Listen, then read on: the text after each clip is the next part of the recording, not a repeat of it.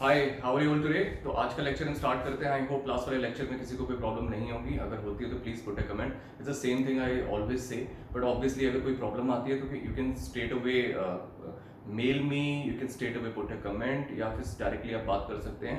I am live most of the time because these days we are in isolation. तो आज हम basically किस पे बात करेंगे, हम साइकोलॉजी के ऊपर बात करेंगे, sports psychology to be precise. इसके ऊपर देखो, स्पोर्ट्स साइकोलॉजी बहुत ही ज़्यादा एक डीप रूटेड सब्जेक्ट है जिसके ऊपर लोग पूरी अपनी स्टडीज करते हैं। लेकिन आज आपके जो CSES के लेक्चर में इस हार्डली सिंगल चैप्टर, तो इसके ऊपर हम बात करेंगे। We gonna study couple of theories भी हम पढ़ेंगे। एंजाइटी क्या होती है, अराउजल क्या होता है, कैसे आप किसी को आई मीन उसकी स्पोर्ट्स की परफॉर्मेंस को इम्प्रूव कर सकते हैं through the different different techniques. तो आज हम सिर्फ साइकोलॉजी के ऊपर बात करेंगे, आपकी मेंटली आप कैसे विजुलाइज कर सकते हैं अपनी विन को। तो जिसका पूरा लेक्चर है हमारे psychology of athletic preparation and performance. So here we go. Chapters का ऑब्जेक्टिव क्या है? Understand the relationship between psychological state, physiological arousal and physical performance. तो अभी यही चीजों के ऊपर हम बहुत ज्यादा डीप रूटेड तरीके से डिस्कस करेंगे। Comprehend terms relevant to psychological areas of concern such as arousal, anxiety, attention, the ideal performance state, motivation, applied sports psychology, design a motivational program based on goal setting principles. So there are certain principles जिससे आप अपने goals को achieve कर सकते हैं. Discuss intervention strategies designed to control psychological and physiological arousals. तो अभी इनके ऊपर हम और डिस्कस करेंगे। पहले हम आउटलाइन पढ़ लेते हैं चैप्टर की। सेक्शन आउटलाइन है डेफिनेशन ऑफ की कॉन्सेप्ट इन स्पोर्ट्स साइकोलॉजी, जिसमें एंजाइटी क्या है, स्टेट और ट्रेट एंजाइटी क्या होती है, अटेंशन एंड स्किल बेस्ड आपके कैसे आप उनके अपने अटेंशन को इम्प्रूव कर सकते हैं, और आपकी स्किल कैसे आई मीन आपके जो एंजाइटी है उसको कम कर सकती है। आपके क्यू यूटिलाइजेशन, कैसे कुछ सर्टेन टर्म्स या सर्टेन क्यूज आपकी परफॉर्मेंस को या तो बढ़ा सकते हैं, घटा सकते हैं, या फिर जिसको हम बोलते हैं एक नई टर्म जिसको अटेंशनल स्टाइल होता है, जिसके ऊपर अभी हम पढ़ेंगे। Okay, so definition of the key concept in sports psychology. Sports psychology has three major goals. Sports psychology के तीन मेजर गोल होते हैं, जिसमें सबसे पहला होता है मेजरिंग साइकोलॉजिकल फिनोमेना। मतलब साइकोलॉजिकली आप किसी स्पोर्ट्स को प्ले कर रहे हैं तो आपकी विनिंग स्ट्रीक को कैसे आप मेंटेन करेंगे। अगर आप लूज कर रहे हैं उस स्पोर्ट में, तब आपको कैसे उस सिचुएशन को कॉम्प्रिहेंड करना है, या फिर आपको कैसे स्ट्रेटेजीज बनानी है। It's not about being physically train करना किसी को, लेकिन किसी को मेंटली ट्रेन करना, ताकि वो एक सिचुएशन से बाहर निकल पाए अगर वो किसी अपनी लूजिंग स्ट्रीक पे है। तो मेजरिंग साइकोलॉजिकल फिनोमेना हो गया। दूसरा हमारा हो गया investigating the relationship between psychological variables and performance. आपके क्या सर्टेन साइकोलॉजिकल वेरिएबल्स हो सकते हैं जो आपकी परफॉर्मेंस को या बढ़ा सकते हैं, घटा सकते हैं। Applying the theoretical knowledge to improve athletic performance. मतलब there are lot of theories जिसके थ्रू अपनी एथलेटिक परफॉर्मेंस को इंप्रूव कर सकते हैं। Okay, so the first thing we're gonna be talking about the anxiety. देखो anxiety आप सबको पता क्या होता है। anxiety का मतलब if there is a deadline, या फिर कोई ऐसी सिचुएशन में आप फंसे हुए हैं, या ऐसी सिचुएशन में इस वक्त अपने आप को पा रहे हैं जिससे आप लेफ्ट राइट कहीं भी जा सकते हैं। आप किसी अपनी जो अगर आप स्पोर्ट्स में हैं तो उसमें वहां पे आप I mean you can win as well and you can lose as well. तो जो आउटकम है उसको लेके आप बहुत ज्यादा परेशान होते हैं, और बहुत ज्यादा आप आई मीन चीजों को कॉम्प्रिहेंड नहीं कर पाते। मतलब मेंटली आप थोड़ा सा जो डिफरेंट डिफरेंट क्यूज को है उसको इंटरप्रिटेट नहीं कर पाते, या फिर जो आप आउटकम को लेके बहुत ज्यादा परेशान होते हैं। You get the fear as well. तो सारी जो एक कॉम्प्लेक्स थ्योरी होती है एंजाइटी की, उसको कंबाइन करने के बाद मतलब जब भी आप परेशान होते हैं किसी आउटकम को लेके तो उसको एंजाइटी बोलते हैं, सिंपलेस्ट टर्म। अदरवाइज एंजाइटी थोड़ा सा कॉम्प्लिकेटेड वर्ड होता है। अब आता है स्टेट और ट्रेट एंजाइटी। अब जो state anxiety is the actual expression of apprehension and uncontrolled arousal. अब सबसे पहले चीज को समझेंगे, अराउजल किसको बोलते हैं। अराउजल का सिंपल सा टर्म है एक्साइटमेंट। अब एक्साइटमेंट का क्या होता है, देखो कुछ टर्म्स ऐसी होती हैं कि वो बंदा अगर अच्छा स्पोर्ट्स स्पेसिफिक ट्रेनिंग कर रहा है, उस पर्टिकुलर स्पोर्ट्स को जब उसको फाइनल डे होगा, जो जीतना होगा उसको कैसे भी करके, तो उसमें एक सर्टेन एक्साइटमेंट भी आता है। लेकिन वो जो एक्साइटमेंट है वो पॉजिटिव भी हो सकता है, नेगेटिव भी। पॉजिटिव और नेगेटिव का मतलब क्या होता है, वो एक्साइटमेंट उसको उस गेम में जितवा भी सकता है, या फिर उसको वहां पे ही कैन लूज एज वेल। तो अराउजल का मतलब आप स्ट्रेट अवे एंजाइटी बोल सकते हैं। तो एप्रीहेंशन है अनकंट्रोल्ड अराउजल, मतलब ऐसा एक्साइटमेंट जिसको जो अनकंट्रोल्ड होता है। उस अराउजल को, उस एक्साइटमेंट को कंट्रोल नहीं कर सकते। और अगर उसको आप कंट्रोल नहीं कर पाओगे तो आपकी डिसीजन मेकिंग कैपेसिटी कम हो जाएगी। अगर वो स्किल बेस्ड स्पोर्ट्स है तो उसमें आप बहुत ज्यादा गलतियां करोगे और उन गलतियों से you can lose as well. जो दूसरी होती है trait anxiety is the personality character which represent a latest disposition to perceive situation as threatening. अब ट्रेट एंजाइटी क्या होता है, देखो हर किसी का एक साइकोलॉजिकल ट्रेट होता है, उनका एक बिहेवियर ट्रेट होता है, मतलब वो किसी भी सिचुएशन को कैसे एंटिसिपेट करते हैं। जैसे आपने देखा होगा बहुत सारे लोग ऑप्टिमिस्टिक होते हैं, बहुत सारे लोग पेसिमिस्टिक होते हैं। तो जो लोग पेसिमिस्टिक होते हैं वो हर चीज में नेगेटिविटी देखते हैं और ऑप्टिमिस्टिक लोग हर चीज में पॉजिटिविटी देखते हैं। लेकिन आइडियली क्या होना चाहिए, you have to have balance. तो हर चीज का पॉजिटिव भी नहीं देखना, हर चीज का नेगेटिव भी नहीं देखना, but you should be able to comprehend कि आप उस सिचुएशन में आप कैसे बाहर निकल सकते हैं। तो इसका ट्रेट एंजाइटी का मतलब यही होता है कि अगर कोई बंदा नेगेटिव ट्रेट से बिलोंग करता है तो ऑब्वियसली उसका जो अराउजल है वो अनकंट्रोल्ड होगा, वो अराउजल उसको लूज भी करा सकता है गेम। लेकिन अगर उसकी ट्रेट एक पेसिमिस्टिक की है, सॉरी ऑप्टिमिस्टिक की है, तो ऑब्वियसली उसको कहीं ना कहीं उसका अराउजल बेनिफिट दे सकता है। अब हम बात करते हैं specific component of anxiety and arousal construct. I hope सबको नजर आ रहा होगा, सॉरी मैं इसको थोड़ा सा जूम नहीं कर सकता, ट्राई आप इसको देखिए। मैं आपको बताता हूँ specific component of anxiety and arousal construct. सबसे पहला होता है जिसको हम कॉग्निटिव एंजाइटी बोलते हैं। देखो कॉग्निटिव का सिंपल सा टर्म होता है मेंटली, आपकी जो मेंटल एंजाइटी होती है, मतलब आप किसी भी सिचुएशन में अगर आप जा रहे हैं तो वहां पे आप बहुत ज्यादा घबरा रहे हैं, आपको ये लग रहा है अगर मैं हार गया या मैंने अगर उस पर्टिकुलर अपने पीआर को मेंटेन कर रहे हैं या फिर बहुत ज्यादा लिफ्ट कर रहे हैं जिम फ्लोर पे, अगर आपको लगता है आपने लूज कर दिया तो आसपास के लोग क्या कहेंगे, आप मेंटली आपको क्या होगा, you won't be able to succeed. मतलब मेंटल जिसको कॉग्निटिव एंजाइटी बोलते हैं, इससे psychological state involving task irrelevant mental processes. मतलब अगर आप कॉग्निटिव एंजाइटी के शिकार है तो इसमें आपका माइंड अननेसेसरी बहुत सारी कैलकुलेशन करेगा, आपका फोकस लूज करेगा, जिससे आप मैक्सिमम परफॉर्म नहीं कर पाएंगे। तो इसको हम कॉग्निटिव एंजाइटी बोलते हैं। इसकी बहुत लंबी डेफिनेशन है लेकिन मैं आपको पूरा बताता हूं। That are negative in nature, flood attention and can deter performance. मतलब बहुत सारी जब आपको इंफॉर्मेशन मिलती है, अगर आप अननेसेसरी नेगेटिव हो रहे हैं, अननेसेसरी बहुत सारी इंफॉर्मेशन को इनटेक कर रहे हैं, अपने फोकस को लूज कर रहे हैं, तो डेफिनेटली यू विल लूज।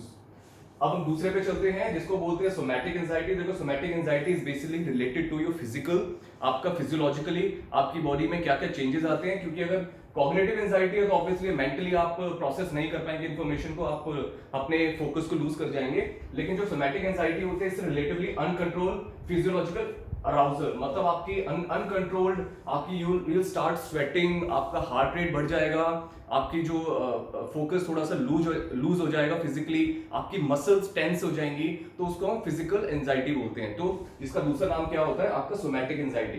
तो मतलब ऐसी सिचुएशन में आ जाते हैं जिसमें यू फील नर्वस, और कोई भी बंदा अगर नर्वस होता है तो आपको उसके बॉडी स्ट्रक्चर से पता चल जाता है कि ये बंदा कंफर्टेबल फील नहीं कर रहा।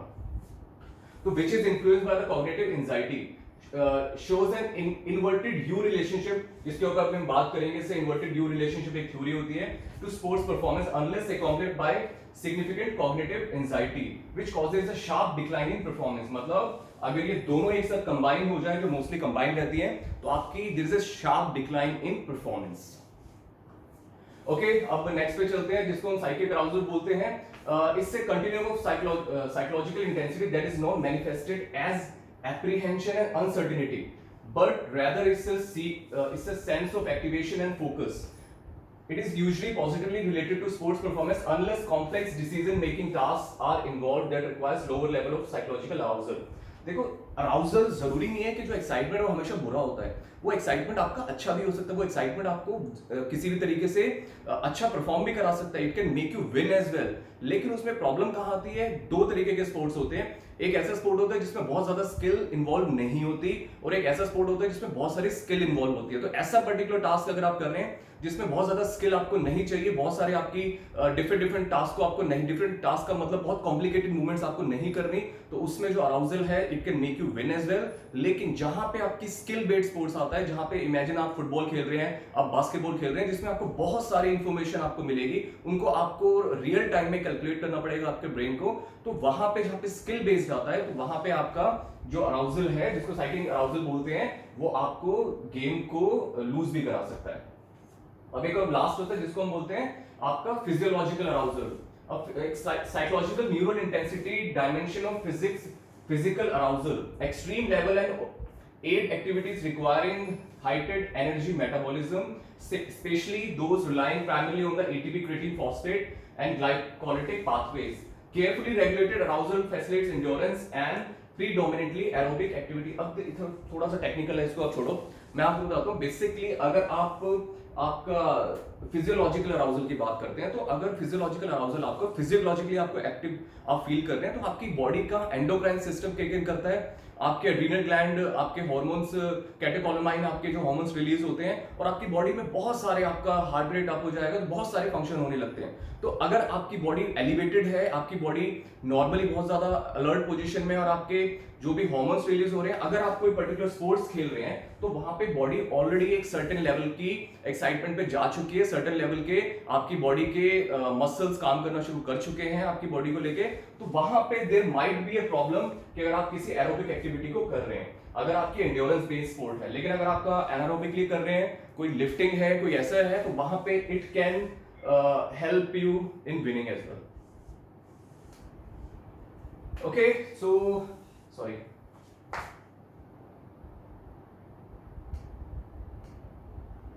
अब हम चलते हैं स्ट्रेस के ऊपर. देखो, स्ट्रेस सबको पता होता है, आपका फिजिकल और साइकोलॉजिकल स्ट्रेस कुछ भी हो सकता है. अगर मेंटली आप परेशान हैं, आपको आउटकम को लेके, जैसे आपका अराउजल होता है, लेकिन उसी तरीके से जो स्ट्रेस होता है, arousal could be positive, arousal could be negative as well, लेकिन आपकी परफॉर्मेंस को लेके. लेकिन स्ट्रेस हमेशा आपको most of the time negative देगा. स्ट्रेस थोड़े से एक्सटेंट में, अगर थोड़े टाइम के लिए है, तो वहां पे आपको थोड़ा सा बेटर परफॉर्म करा सकता है. अदरवाइज स्ट्रेस आपकी बॉडी में बहुत इंपॉर्टेंट नेगेटिव रोल प्ले करता है. तो stress is basically any disruption from the homeostasis. Homeostasis का मतलब क्या होता है? आपकी बॉडी का इक्विलिब्रियम.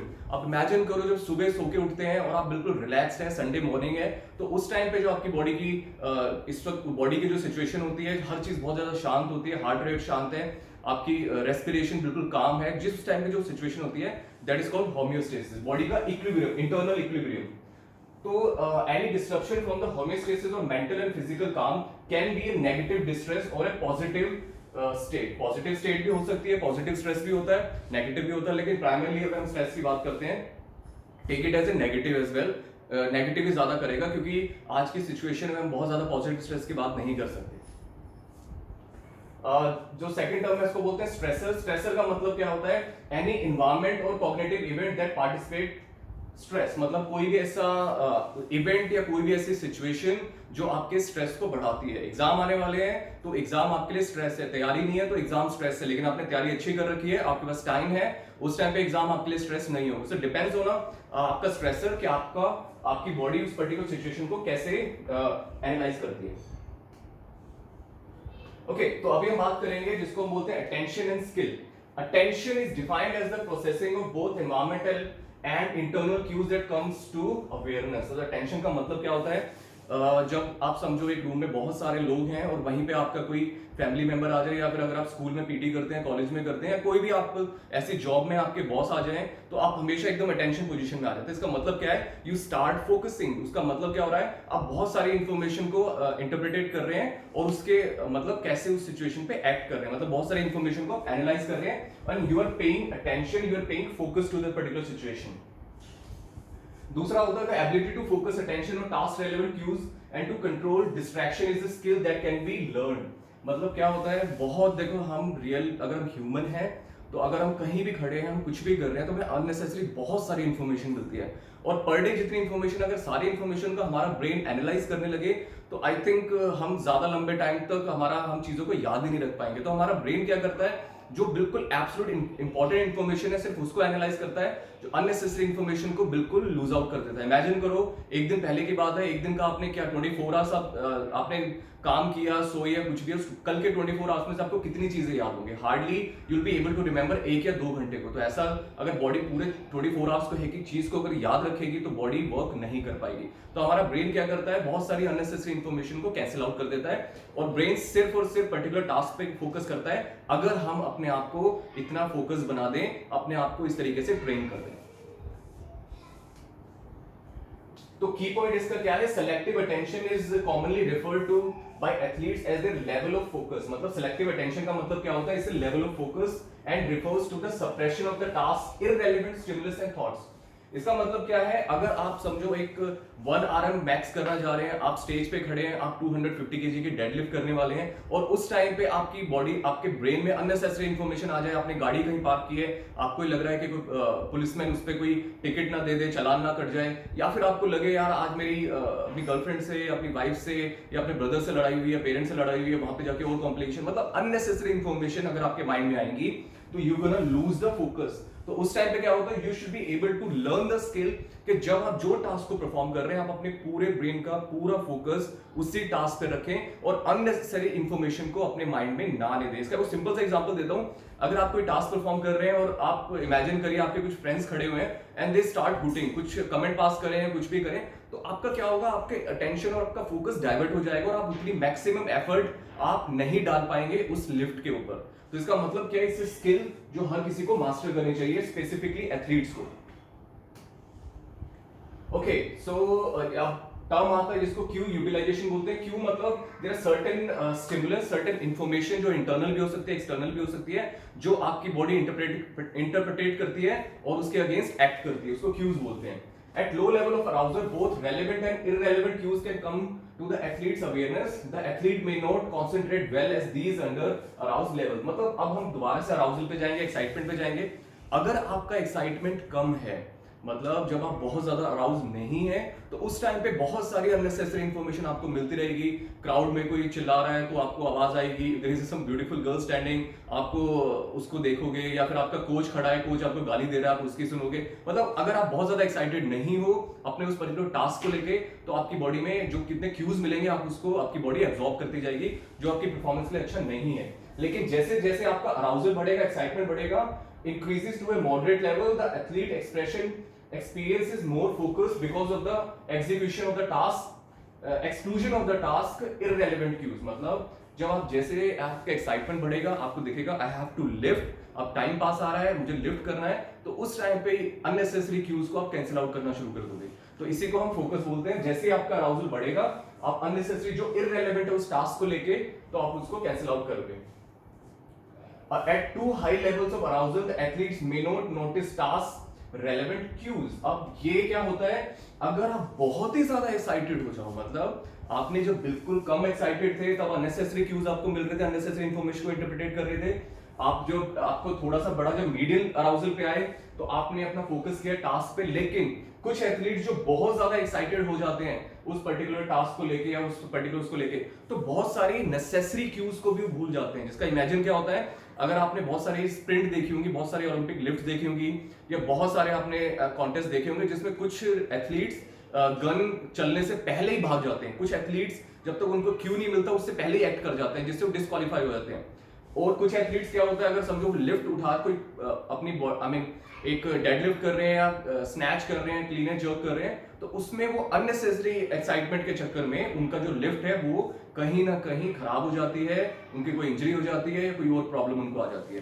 तो एक सर्टेन लेवल से ज्यादा एक्साइटमेंट आपको नहीं होना चाहिए। लेकिन इसको समझिए, अगर आपकी स्किल बहुत ज्यादा सिंपल है, जिसमें टास्क आपका बहुत ज्यादा सिंपल है, तो उसमें आप इस लेवल पे अच्छा परफॉर्म कर सकते हैं। लेकिन कहीं पे अगर आपकी बहुत ज्यादा कॉम्प्लिकेटेड टास्क है, वहां पे हाई लेवल ऑफ अराउजल आपकी आई मीन पूरे टास्क को खराब कर सकता है। ठीक है, अब एक पूरा ग्राफ हम देखेंगे जिसको बोलते हैं task relevant cues are represented by plus sign, and while task irrelevant cues are represented by the zero sign. Relevant का मतलब ऐसी इंफॉर्मेशन जो आपके उस पर्टिकुलर स्पोर्ट्स के लिए जरूरी है, इररिलेवेंट ऐसी इंफॉर्मेशन जो उस पर्टिकुलर स्पोर्ट्स के लिए जरूरी नहीं है। सो दिस इज द एक प्रॉपर आपको एक ग्राफ दिखेगा। आपका क्या दिख रहा है, ये जो प्लस साइन है ये आपकी टास्क के लिए इंपॉर्टेंट है, और जीरो साइन मतलब plus sign task relevant cues है और जीरो आपके टास्क इररिलेवेंट है। तो जैसे जैसे आपका अराउजल बढ़ता है, आप अपने उस पे जो मीडियम स्टेट पे आते हैं, आप अराउजल लेवल है तो आप उतना ही अच्छा परफॉर्म करते हैं। चलो अब हम चलते हैं जिसको बोलते हैं अटेंशन स्टाइल। देखो अटेंशन स्टाइल क्या होता है, जिसको अटेंशनल हमारी एक थ्योरी भी होती है, तो ये it's a bit of complicated theory, मैं आपको सिंपलेस्ट टर्म में बताऊंगा। एक साइंटिस्ट था, उसने आपके किसी भी सिचुएशन या किसी भी स्पोर्ट्स को उसने 2 डायमेंशन में बांट दिया था, जिसका मतलब क्या होता है, उसने 4 टर्म्स बनाई थी, जिसमें एक ब्रॉड और नैरो बनाई थी, और एक इंटीरियर, इनर और एक्सटीरियर, इंटीरियर और एक्सटर्नल बनाया था। तो उसने 2 पार्ट में डिवाइड कर दिया, इंटरनल और एक्सटर्नल। और ये सब इंफॉर्मेशन की है, इंफॉर्मेशन क्यूज को, आपकी बॉडी किसी सिचुएशन या किसी जो क्यूज है उसको कैसे आप इंटरप्रेट करती है, कैसे एनालाइज करती है। और दूसरा उसने बनाया था ब्रॉड नैरो, मतलब आपकी बॉडी कितनी ज्यादा ब्रॉड स्पेक्ट्रम की इंफॉर्मेशन को लेती है, और नैरो कैसे उसको फोकस कर लेती है। तो जो इंटरनल एक्सटर्नल है, मतलब जो इंटरनली आपको क्यूज मिल रहे हैं अपनी बॉडी के अंदर से, और जो एक्सटर्नल क्यूज आपको मिल रहे हैं बाहर से, जो भी इंफॉर्मेशन मिल रही है, और मतलब इससे दोनों डायरेक्शन है। इसको समझो, अगर आप एक प्लस साइन बनाते हैं इस तरीके से, I don't have the graph right now, otherwise इसको अटेंशन स्टाइल को इससे 2 डायमेंशन जो 4 बॉक्सेस में बढ़ जाता है, जिसमें आपका ब्रॉड और नैरो होता है, और इंटरनल और एक्सटर्नल होता है। तो ब्रॉड ऊपर, ब्रॉड और नीचे आपका नैरो हो गया, और आपका एक्सटर्नल और इंटरनल। इसका मतलब क्या होता है, अगर जो आपका एथलीट है वो जब प्रिपेयर करना चाहता है अपने आप को, तो वो क्या करता है, सबसे पहले पूरी ब्रॉड इंफॉर्मेशन को देखता है, फील्ड कैसा है, कितने लोग हैं, आपके ओपोनेंट्स कितने हैं, तो बहुत ज्यादा ब्रॉड इंफॉर्मेशन को लेता है। और दूसरा जो क्या करता है, वो एक्सटर्नल इंफॉर्मेशन को लेता है। एक्सटर्नल इंफॉर्मेशन मतलब देखेगा सामने एथलीट्स कैसे हैं, उनकी ट्रेनिंग पैटर्न उनको क्या दिख रहे हैं, और उसके कोचेस किस तरीके से एक्ट कर रहे हैं। मतलब वो क्या करता है, एनालाइज करता है सारी चीजों को, सारी इंफॉर्मेशन को लेता है और एनालाइज करता है, एक्सेस करता है। दूसरे में क्या होता है, वो उन चीजों को लेके अपने इंफॉर्मेशन लेने के बाद बहुत फाइन कैलकुलेशन करता है, और जिसमें क्या होता है, फिर वो अपनी विजन को अपने ब्रॉड से नैरो में ले जाता है, और उसके बाद क्या करता है, अपने उसको आपके और नैरो एक्सटर्नल में ले जाता है। मतलब एक्सटर्नल नैरो के अंदर कर लेता है, और एक्सटर्नल मतलब नैरो करके और एक्सटर्नल इंफॉर्मेशन को लेना शुरू कर देता है। उसके बाद क्या करता है, एनालाइज करने के बाद वो प्रिपरेशन करता है। प्रिपरेशन में क्या होता है, आपका नैरो इंटरनल में आ जाता है। नैरो इंटरनल में वो अपने अंदर से इंफॉर्मेशन लेता है, अपनी बॉडी के इंटरनल क्यूज लेता है, और वो बाहर की इंफॉर्मेशन को एनालाइज करके प्रिपरेशन स्टार्ट कर देता है। और जो लास्ट में क्या करता है, वो एक्ट करता है, जिसमें आपका ब्रॉड और इंटरनल आ जाता है। थोड़ी सी कॉम्प्लिकेटेड है, बट इससे important may be next lecture में मैं इसका आपका पूरा ग्राफ दिखाऊंगा, but try to understand. Okay, so ये अटेंशन स्टाइल है जो मैंने आपको बताया था। जैसे एक सबसे बड़ी चीज मैंने बताई थी, ब्रॉड एक्सटर्नल। अटेंशन फोकस में क्या था, ब्रॉड एक्सटर्नल में उसने क्या किया, ability to effectively manage many environment stimulus simultaneously. अभी उसने क्या किया, बाहर से जितना ज्यादा इंफॉर्मेशन ले सकता है एक्सटर्नली और ब्रॉडली, उसको लेता है। उसके बाद क्या करता है, overloaded by the external stimulus, बहुत सारी इंफॉर्मेशन ओवरलोड भी आ जाती है, tendency to be confuse because of the intake of too many stimulus. तो वो क्या कर देता है, अपनी जो विजन को उसको नैरो कर देता है और इंटरप्रिटेशन करना शुरू करता है। ब्रॉड इंटरनल अटेंशनल फोकस, अब वो क्या कर देता है, ब्रॉड इंटरनल कर देता है। तो ability to effectively manage many internal stimulus, आपका ऑटोनॉमिक रिस्पॉन्सेज, कवर्ड थॉट्स वगैरह, मतलब ब्रॉड इंफॉर्मेशन के साथ साथ वो इंटरनल इंफॉर्मेशन भी लेता है और उस पर काम करना शुरू कर देता है। लेकिन बहुत सारी इंटरनल इंफॉर्मेशन भी उसके पर्टिकुलर परफॉर्मेंस के लिए खराब हो सकती है, तो वो क्या करता है, जो भी अननेसेसरी इंफॉर्मेशन है उसको कैंसिल आउट करता जाता है। उसके बाद क्या होता है, नैरो अटेंशनल फोकस करता है। नैरो अटेंशन में से ability to effectively narrow attention, अब वो ब्रॉड फोकस को हटा के सिर्फ अपने स्पोर्ट्स पे और अपने सामने वाले ओपोनेंट पे फोकस करता है। और जो लास्ट होता है, जिसको बोलते हैं reduce attention focus, tendency to reduce attention so that task relevant information is lost.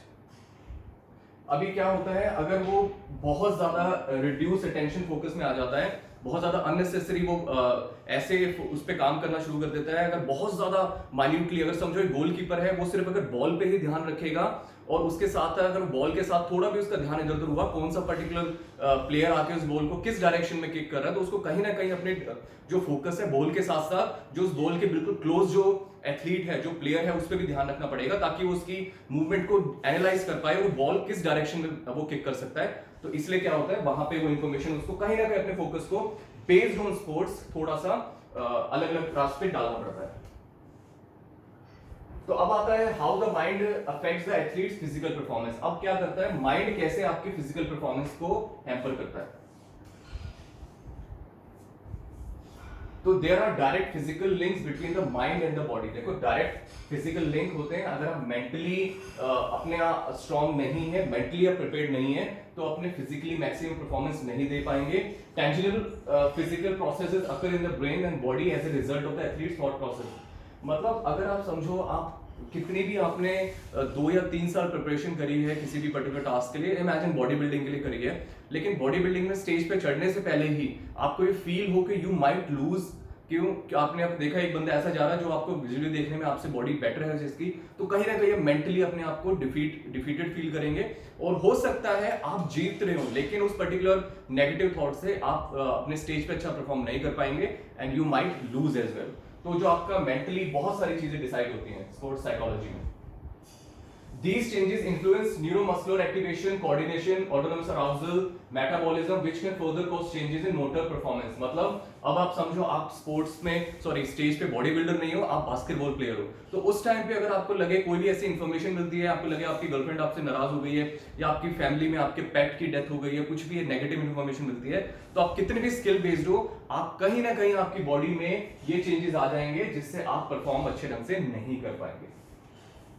The resultant changes may be beneficial, detrimental और जिसको हम न्यूट्रल भी बोलते हैं, depending on the nature of the task, the athlete's level of skill and the complexity of the task in the terms of decision making। मतलब अगर वो बहुत ज्यादा स्किल बेस्ड स्पोर्ट्स खेल रहा है तो वहां पे नेगेटिव इन्फ्लुएंस के चांसेस उसके स्पोर्ट्स को खराब करने के बढ़ जाएंगे, लेकिन उसमें अगर बहुत ज्यादा स्किल्स इन्वॉल्व नहीं है तो इतना ज्यादा कोई मेजर चेंज नहीं आएगा। अब हम बात करते हैं जिसको बोलते हैं आइडियल परफॉर्मेंस स्टेट। मतलब कैसे, क्या स्टेट हो सकती है एक एथलीट की जिसमें वो मैक्सिमम तरीके से परफॉर्म कर सकता है। Ideal performance stage involve the following, जिसमें एब्सेंस ऑफ फियर, मतलब उस एथलीट को कोई भी डर नहीं है, उसको कोई भी डर नहीं है लूज करने का या अपने किसी कंपोनेंट से, किसी से भी उसको डर नहीं है। नो थिंकिंग अबाउट और एनालाइजिंग ऑफ परफॉर्मेंस, मतलब वो नहीं सोचता कि क्या एनालिसिस दूं, मैं जीतूंगा मैं हारूंगा, वो सिर्फ उस पर्टिकुलर टास्क को करने पे फोकस करता है। A narrow focus of tension of the activity itself, वो क्या करता है, अपना पूरा फोकस नैरो कर देता है और उस पर्टिकुलर टास्क पे ही फोकस करता है। अगर समझो बॉक्सिंग कर रहे हो तो वो क्या करेगा, एक्सटर्नल स्टिमुलस हर चीज को भूल के सिर्फ अपने ओपोनेंट पे फोकस करेगा। अ सेंस ऑफ एफर्टलेसनेस, मतलब क्या होता है एफर्टलेसनेस का मतलब क्या हो गया, मतलब वो जो टास्क में इतनी स्किल को अपने डेवलप कर चुका है तो कि उसको परफॉर्म करने में उसको यही लगेगा कि मैं अपनी कंफर्ट लेवल से या किसी चीज से बहुत ज्यादा एक्ट कर रहा हूँ। इसका मतलब वो उसके लिए बहुत ही एक फ्लो हो जाएगा और बहुत ही इजीली वो उस पर्टिकुलर टास्क को परफॉर्म कर पाएगा। क्यों? क्योंकि उसकी स्किल बेस्ड बहुत ज्यादा है, उसकी स्किल, उसने उस पर्टिकुलर टास्क को बहुत बार प्रैक्टिस किया है। और sense of personal control, sense of personal control वो क्या करेगा, उसको पता होगा कि मैं मेंटली और फिजिकली अपने कंट्रोल में हूं, मुझे पता है अगर मुझे पंच थ्रो करना है तो वो कितनी स्पीड से जाएगा, कैसे जाएगा, वो मेंटली कंट्रोल में है, उसको कोई भी पॉजिटिव या नेगेटिव ऐसे कोई भी थॉट नहीं आएंगे, वो पूरा ध्यान अपने टास्क के ऊपर लगाएगा। और distortion of time and space, अभी ये चीज है, अगर आप इमेजिन करो, अगर आप बहुत ज्यादा फोकस्ड हो किसी टास्क को लेके, किसी भी चीज को लेके, तो आपको पता नहीं चलेगा कि कितना टाइम बीत गया। कई बार क्या होता है, आप समझो अगर आप पावर लिफ्टिंग कर रहे हो तो आपने अपनी 2 या 3 रैप मैक्स कर रहे हो, तो उस टाइम पे जब आप उसको उठाओगे तो उस टाइम पे अगर आप बहुत सारे अननेसेसरी स्टिमुलस आपको मिल रहे हैं, बहुत ज्यादा आवाज, साउंड, कुछ भी आपको दिख रहा है, तो आप उसको एनालाइज नहीं कर पाओगे। दूसरा सबसे बड़ा तरीका क्या है, अगर आप सोचो किसी भी टास्क को एंजॉय कर रहे हो, अगर आपने समझो अपनी पूरी 2-3 सालों की प्रैक्टिस की है और उस टाइम पे जब आपने उस पर्टिकुलर गेम को प्ले करने वाले हो तो उस टाइम पे उस गेम के टाइमिंग आपको याद नहीं रहेंगे, आपका पूरा फोकस रहेगा उस पर्टिकुलर टास्क पे। So the ideal performance state is characterized by a quiet mind that result in less cortical interference with the subcortical motor control centers and in consistent and efficient execution of motor performance। मतलब अगर आपको जीतना है, अगर आपको अच्छा perform करना है तो आपका माइंड बिल्कुल शांत रहना चाहिए, बिल्कुल काम रहना चाहिए। क्यों? क्योंकि अगर आप थोड़ा भी एक्साइटेड रहोगे, अराउजल आपको होगा, तो उस टाइम पे आपकी बॉडी में जो इंटरनल सिस्टम है वो थोड़ा एक्साइटेड हो जाएंगे, आपका हार्ट रेट बढ़ जाएगी, आपके डिफरेंट आपका एंडोक्राइन सिस्टम में। ऐसा नहीं बोल रहा कि आप बिल्कुल ही शांत होकर ढीले पड़ के आप करें, आपको थोड़ा बहुत आपको पता होना चाहिए, आपके इंटरनली जो आपके एंडोक्राइन सिस्टम के जो आपके नॉर्मल कैटेकोलामिन हार्मोन्स है वो रिलीज होंगे, हल्का होना चाहिए, लेकिन माइंड शांत होना चाहिए। बॉडी प्रिपेयर्ड जरूर रहेगी, किसी भी टास्क को लेकर प्रिपेयर रहेगी, हार्ट रेट थोड़ी अप रहेगी, लेकिन आपका माइंड बिल्कुल काम रहना चाहिए। आपको नहीं सोचना कि आप जीतोगे, आप हारोगे, अगर हार गए तो आपके कोच क्या कहेगा, फ्रेंड्स क्या कहेंगे, जीत गए तो आप कैसे सेलिब्रेट करोगे। Don't have to think anything, बहुत बाद में टाइम होता है आपके पास। तो ये हमारे की पॉइंट होते हैं आइडियल परफॉर्मेंस स्टेट के। अब हम बात करते हैं मोटिवेशनल फिनोमेना। अब मोटिवेशन क्या होता है? मोटिवेशन का मतलब क्या होता है? आपका सर्टेन मतलब क्या, आप क्यों किसी टास्क को करना चाहते हैं, क्या चीज उस टास्क को, उस पर्टिकुलर गेम को जीतने के लिए आपको मोटिवेट करती है, आपको पुश करती है, उसको हम बोलते हैं मोटिवेशन। तो ये दो तरीके के होते हैं, एक होता है इंट्रिंसिक मोटिवेशन, एक होता है अचीवमेंट, और एक होता है आपका पॉजिटिव और negative reinforcement in coaching. Intrinsic के साथ साथ आपका एक्सट्रिंसिक भी होता है। ओके, तो पहले बात करते हैं इंट्रिंसिक का मतलब, आप इंटरनली अंदर से खुद मोटिवेटेड हैं। तो intrinsic motivation is a desire to be competent and self determining. मतलब आप अंदर से सोचते हैं, आप में एक इतनी स्ट्रॉन्ग डिजायर होती है किसी भी टास्क को परफॉर्म करने के लिए, आपको जीतने के लिए। एक ऐसा मोटिवेशन होता है जो आप खुद डिटरमाइन करते हैं अपने सेल्फ इंटरनल मोटिवेशन के थ्रू। उसको हम क्या बोलते हैं? Internal intrinsic motivation. और the athlete is a self starter because of his और her love of the game. मतलब अगर समझो आपने बॉडी बिल्डिंग की बात करते हैं, तो जो इंट्रिंसिक मोटिवेटर है उसने किसी के कहने पे नहीं स्टार्ट की होगी, वो हमेशा से चाहता होगा और उसने खुद इंटरनली मोटिवेट होकर अपने उस पर्टिकुलर गेम को खेलना शुरू किया होगा। अब हम बात करते हैं अचीवमेंट मोटिवेशन की। देखो अचीवमेंट मोटिवेशन का मतलब क्या होता है? Achievement motivation is the athlete's wish to engage in a competition और सोशल कंपैरिजन। मतलब वो अचीवमेंट मोटिवेशन का, उसको गेम से इतना प्यार नहीं है, लेकिन उसकी गेम की विन से बहुत ज्यादा प्यार है। तो उसको ये लगता है कि अगर मैं उसको जीत गया तो मेरे जो आसपास के लोग हैं, सोशल सर्कल है, या मेरे फ्रेंड्स हैं, या कुछ भी है, या फिर मेरे को मेडल मिलेगा, मैं टीवी पे आऊंगा, कुछ भी, उसको वो जो एक फेम और जो एक एप्रिसिएशन है उससे ज्यादा प्यार होता है। तो उसको हम बोलते हैं अचीवमेंटल motivation. whoever is higher in achievement motivation will be the better athlete because he or she has an appetite for competition। अब जैसे इंट्रिंसिक मोटिवेशन होता है, वैसे ही आपका अचीवमेंट मोटिवेशन भी हो सकता है। अगर आप में इतनी स्ट्रॉन्ग डिजायर है जीतने की, कुछ करने की, तो ऑब्वियसली आप अच्छा परफॉर्म करोगे। अब आता है पॉजिटिव और नेगेटिव रीइंफोर्समेंट इन कोचिंग।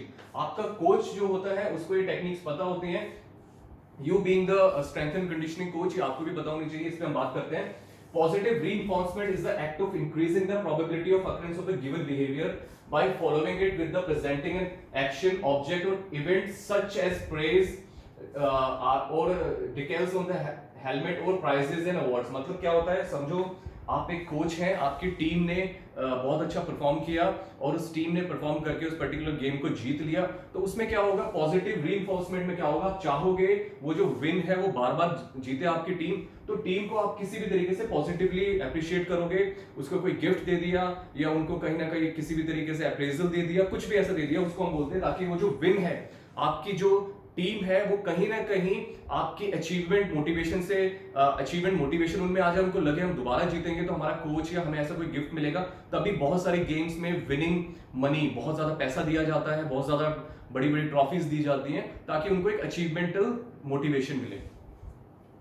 दूसरा होता है जिसको हम नेगेटिव रीइंफोर्समेंट बोलते हैं। Negative reinforcement also increases the probability of occurrence of a given operated by removing an act, object और इवेंट दैट इज टिपिकली एवर्सिव। मतलब अगर समझो आपकी टीम, आप खेल रही है और वो हार गई है, तो हारने के बाद क्या होता है? अगर हारने के बाद अगर आप उसको पॉजिटिव रीइंफोर्समेंट देंगे तो उसको जीतने की फील नहीं आएगी, उसको अचीवमेंटल मोटिवेशन नहीं मिलेगी। तो नेगेटिव रीइंफोर्समेंट का मतलब क्या होता है? आप कोई ऐसी चीज देखेंगे कि क्या आपकी ऐसे कोई स्टिमुलस है, कोई क्यू है जो आपकी टीम को नहीं जीतने दे रही है। आप उनसे काउंसलिंग करेंगे, उनसे बात करेंगे, हो सकता है टीम का गियर अच्छा ना हो सकता है टीम में आपस में अंडरस्टैंडिंग ना हो, बॉन्डिंग ना हो, टीम एक साथ इकट्ठा होकर ना खेल रही हो, तो उसमें यू गोना फाइंड अ वे। और जो भी ऐसा एक्सटर्नल हो सकता है, टीम के एक दो प्लेयर ऐसे हो जो बाकी टीम को खराब कर रहे हो, तो जो ऐसे प्लेयर होंगे उसको आप रिमूव करोगे। तो जो ऐसा कोई भी पॉइंट जो आपकी टीम को लूज करवा रहा है, आप उसको रिमूव करोगे। And how should positive and negative reinforcement be applied? अब इसमें कैसे अप्लाई करते हैं? Coaches should generally subscribe to a reinforcement strategy to assist athletes in focusing on what they do correctly, मतलब जो वो अच्छा कर रहे हैं उसको अप्रिशिएट करना चाहिए, जो वो खराब कर रहे हैं उस पर नेगेटिव रीइंफोर्समेंट लगाना चाहिए। Punishment should be used sparingly because it increases the likelihood that the athlete will focus on what he और शी इज डूइंग। मतलब पनिशमेंट भी देनी चाहिए। अगर समझो कोई टीम हार गई है और किसी पर्टिकुलर एथलीट्स कोई अपने कोच के इंस्ट्रक्शन को फॉलो नहीं कर रहा, तो उसमें आप उनको डिफरेंट डिफरेंट टास्क असाइन कर सकते हैं, जैसे आर्मी में कराते हैं। किसी आर्मी पर्सनल ने अगर जो अपनी ट्रेनिंग के टाइम पे गलत किया तो उनको फील्ड के ज्यादा राउंड लगवा दिए, जो नॉर्मल पीटी कोचेस भी कराते हैं। You make them do pushups 100 200 something, तो जो भी आप उनको पनिशमेंट इस तरीके से दे सकते हैं। Positive reinforcement aids focus on the task relevant cues. और पॉजिटिव रीइंफोर्समेंट में क्या होता है, जो टास्क होते हैं उससे रेलेवेंट क्यूज पे आप काम करते हैं। Punishment floods attention capacity with the predominance of task irrelevant cues. तो जो पनिशमेंट है वो कहीं ना कहीं अगर आप पनिशमेंट सही ढंग से नहीं दे तो अननेसेसरी बहुत सारी एक जो फेथ है कोच में टीम का वो लूज कर सकता है कोच आपका। जिसका मतलब क्या होता है, अगर आप अपनी टीम आपकी हार गई है तो आपको ये एनालाइज करना चाहिए कि किस पर्टिकुलर रीजन के चक्कर में हमारी टीम हारी है, rather than just shouting on them, rather than जब सिर्फ उनको आप चिल्ला रहे हैं, आप उनको अच्छे ढंग से आई मीन नेगेटिव रीइंफोर्समेंट पे काम नहीं कर रहे, उस पर्टिकुलर स्टिमुलस को क्यू को टीम से नहीं हटा रहे, तब आप उसको ढंग से नहीं कर पाएंगे। और उस टाइम पे बहुत सारी नेगेटिव क्यूज टीम में आ जाएंगे, टीम आपस में और कोच के अंदर अपना फेथ लूज कर जाएगी। Okay, the influence of arousal on performance. अब जो अराउजल है उसकी आपकी परफॉर्मेंस पे कैसे इफेक्ट डालता है, there are different different theories जिसके ऊपर हम बात करेंगे। एक टर्म होती है जिसको इन्वर्टेड यू थ्योरी बोलते हैं। स्किल लेवल हो गया, टास्क कॉम्प्लेक्सिटी हो गया, पर्सनैलिटी हो गया, ट्रेट एंजाइटी हो गया। दूसरी थ्योरी होती है जिसको हम ऑप्टिमल फंक्शनल थ्योरी बोलते हैं। तीसरी कैटास्ट्रॉफी थ्योरी होती है और फोर्थ होती है जिसको सेल्फ एफिशिएंसी भी बोलते हैं। ओके, अब हम बात करते हैं इन्वर्टेड यू थ्योरी पे। Arousal facilitate performance up to an optimal level beyond which further increase in arousal are associated with the reduced performance. अब ये इन्वर्टेड यू थ्योरी क्या होती है, समझो एक यू आपने उल्टा करके बना दिया और इसमें क्या होता है, आपका अराउजल हॉरिजॉन्टल जाता है और आपकी परफॉर्मेंस वर्टिकल जाती है। तो इसका मतलब अराउजल मतलब आपका एक्साइटमेंट को दिखाया गया है कि एक लेवल होता है जिसपे आपका जो एथलीट है वो बेस्ट परफॉर्म कर सकता है। जब आपका अराउजल उस एथलीट का मिड में है, बहुत ज्यादा एक्साइटेड भी नहीं है और बहुत कम एक्साइटेड भी नहीं है, तो वो मैक्सिमम परफॉर्म कर सकता है। लेकिन अगर उसका अराउजल एक सर्टेन लेवल को क्रॉस कर गया, वो यू थ्योरी की तरह, दिस इज अगर इन्वर्टेड यू में जो उसका मिडिल पोर्शन है वो मैक्सिमम है, वहां पे वो बेस्ट परफॉर्म करेगा। लेकिन अगर एक्साइटमेंट लेवल उससे ज्यादा जाता है तो वो अच्छा परफॉर्म नहीं करेगा, he might lose the game. तभी इसको बोलते हैं इन्वर्टेड थ्योरी। अब inverted U theory NS modification आपको फिगर में दिखेगा, ये आपको दिख रहा है इन्वर्टेड यू थ्योरी। अब ये क्या है, अराउजल है और ये परफॉर्मेंस है। तो अभी क्या होगा, यहाँ पे अराउजल उसका 0 है और यहाँ पे उसका अराउजल मैक्सिमम है। तो जैसे जैसे उसका अराउजल बढ़ेगा, आप यहाँ पे देख रहे हैं उसकी परफॉर्मेंस इंप्रूव होती जाएगी। और जब उसका अराउजल बिल्कुल ऑप्टिमम होगा, यहाँ पे उसकी परफॉर्मेंस मैक्सिमम होगी। लेकिन अगर एक सर्टेन लेवल पर उसका अराउजल क्रॉस कर जाएगा तो उसकी परफॉर्मेंस डाउन चली जाएगी। लेकिन एक और चीज मैटर करती है, बहुत सारे एथलीट्स में वो जो अराउजल है, अब जरूरी नहीं है वो मिड में ही आता है। कुछ एथलीट्स एक सर्टेन लेवल से ज्यादा अराउजल को अपनी परफॉर्मेंस में कन्वर्ट कर सकते हैं, विनिंग सिचुएशन में कन्वर्ट कर सकते हैं, कुछ उसको स्लो में कर सकते हैं। तो यहाँ पे क्या होता है, वही एथलीट अपना जो अराउजल लेवल है वो थोड़े कम अराउजल में अच्छा परफॉर्म कर लेगा, यहाँ पे वो थोड़ा और ज्यादा अराउजल में अच्छा परफॉर्म करेगा। मतलब depends on person to person. वो अराउजल उसको, वो कोच को पता होना चाहिए कि मेरी टीम या मेरा जो एथलीट है वो किस पर्टिकुलर कितनी एक्साइटमेंट में बेस्ट परफॉर्म कर सकता है। अब आता है इन्वर्टेड यू थ्योरी। इसके अंदर हमारा स्किल लेवल आता है। अब स्किल लेवल का मतलब क्या होता है, देखो स्किल लेवल का मतलब ये है, अगर आपका एथलीट, आपने अपने एथलीट को या टीम को इतना ज्यादा प्रैक्टिस कराई है उस टास्क को लेके, उस गेम को लेके, तो उस टाइम पे उसका जो उनका जो स्किल लेवल है बहुत ज्यादा डेवलप्ड है। तो अगर स्किल लेवल एथलीट का या टीम का डेवलप होगा तो वो ज्यादा एक्साइटमेंट को बर्दाश्त कर सकते हैं, ज्यादा एक्साइटमेंट को अपनी पॉजिटिविटी में कन्वर्ट कर सकते हैं, विनिंग में। तो स्किल बहुत ज्यादा मैटर करती है। The more skill an athlete has developed the better he और she can perform during states और लेस और ग्रेटर देन ऑप्टिमल अराउजल। मतलब जो ऑप्टिमम अराउजल उसका होना चाहिए उससे कम में या उससे ज्यादा में वो परफॉर्म कर सकते हैं। क्यों? क्योंकि उनकी स्किल अच्छी, बहुत ज्यादा डेवलप्ड है। अब एक चीज और आती है जिसको हम बोलते हैं टास्क कॉम्प्लेक्सिटी। मतलब जो गेम है वो कितनी कॉम्प्लेक्स है। अगर वो एक सिंपल लिफ्टिंग की गेम है, फ्लोर पे आपको सिर्फ डेडलिफ्ट करना है, जमीन से वेट को उठाना है, तो उसमें आपका ज्यादा अराउजल और थोड़ा कम अराउजल भी चल जाएगा, you will be able to lift. लेकिन वही आपका कोई बास्केटबॉल या कोई रग्बी या कोई ऐसा फुटबॉल है जिसमें बहुत ज्यादा स्किल आपकी इन्वॉल्व होंगी, बहुत सारे आपके स्टिमुलस आपको लेने पड़ेंगे, तो वहां पे वो अच्छा नहीं हो सकता। तो इसका मतलब क्या हुआ? Simple skills can tolerate a higher degree of arousal and attention narrowing, skill involving a lot of decision making require low level of arousal. मतलब जिसमें स्किल कम चाहिए उसमें बहुत ज्यादा एक्साइटमेंट बेनिफिट आपको दे सकता है, लेकिन जहां पे आपका ज्यादा कॉम्प्लिकेटेड टास्क है वहां पे आपके माइंड को और आपके एक्साइटमेंट को थोड़ा कम होना जरूरी है। अब आता है पर्सनैलिटी के ऊपर। पर्सनैलिटी में क्या होता है? एक्सट्रोवर्ट्स, आपको दो पता है, दो तरीके के लोग होते हैं, एक्सट्रोवर्ट और introvert. Extrovert are sensitive reducers, मतलब जो लोग एक्सट्रोवर्ट होते हैं, जो बहुत ज्यादा लोगों के बीच में जिनको जाना पसंद होता है, नए नए लोगों से मिलना पसंद होता है, तो बहुत सारी अननेसेसरी इंफॉर्मेशन को वो अंदर एब्जॉर्ब नहीं करते, वो उनका एक ट्रेट होता है, पर्सनैलिटी ट्रेट होता है। लेकिन जो लोग इंट्रोवर्ट होते हैं, मतलब एक्सट्रोवर्ट का एग्जांपल हुआ, अगर किसी फ्रेंड्स ने कुछ उल्टा सीधा बोल दिया तो एक्सट्रोवर्ट उस पर ज्यादा ध्यान नहीं देते, वो फोकस ही नहीं करते। लेकिन जो इंट्रोवर्ट होते हैं, जो बिल्कुल अकेला रहना पसंद करते हैं, तो वो छोटी से छोटी चीज को भी अपनी